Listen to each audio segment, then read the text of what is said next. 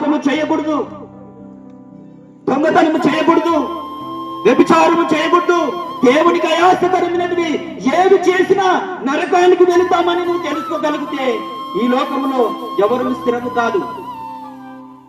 వచ్చేటప్పుడు ఎలా వచ్చామో పోయేటప్పుడు అలాగనే వెళ్ళిపోతాం. మన్నెల మట్టికి చేరను, దేవుడిచ్చు ఆత్మ దేవుని యొక్క కలుగుతుందని దివ్య గ్రంథం బైబిల్ సెలవిస్తుంది.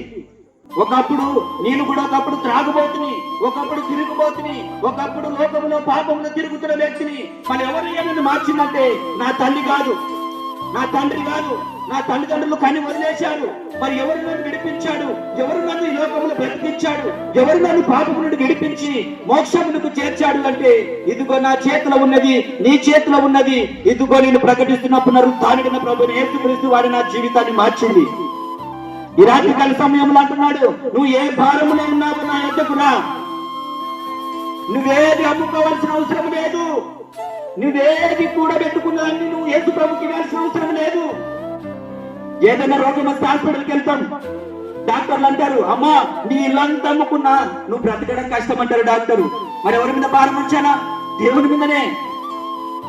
ఎప్పుడు గుర్తుకొస్తాడు దేవుడు అంటే ఏదైనా రోగం వచ్చినప్పుడు, ఏదైనా కష్టం వచ్చినప్పుడు, ఏదైనా ఇబ్బంది వచ్చినప్పుడు కాదు.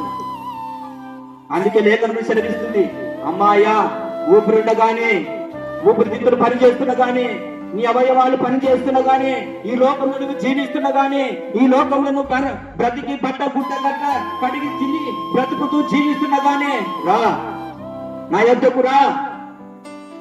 నీ పేరు అడగట్లేదు, నీ హోదా అడగట్లేదు, నువ్వు ఏ స్థితిలో ఉన్నావో నీ స్థితిని చూసి అడగట్లేదు.